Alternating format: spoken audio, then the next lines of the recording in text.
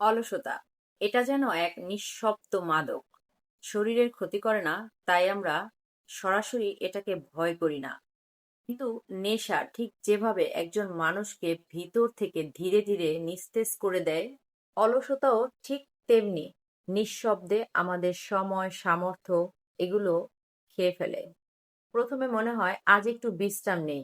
তারপরে দিন চলে যায়, মাস চলে যায়, বছর চলে যায়। এভাবে পার করতে করতে আমাদের কাজগুলো থেকে যায়। অলসতাই সেখানে জিতে যায়। খেয়াল করে দেখবেন, অলসতা কখনো আপনাকে একসাথে আঘাত করে না। একটু একটু করে আপনাকে পেছনে টেনে ফেলে দেয়। কে রক্ষা করতে হলে শুধু মাদক নয়, অলসতার দিকেও নজর দিতে হবে আমাদেরকে 100%। কারণ এই দুটো জিনিসই মানুষকে ধীরে ধীরে ভিতর থেকে ধ্বংস করে দেয়। মানুষের জীবনের সমস্ত আশা, ভরসা, সম্ভাবনাগুলোকে নষ্ট করে দেয়।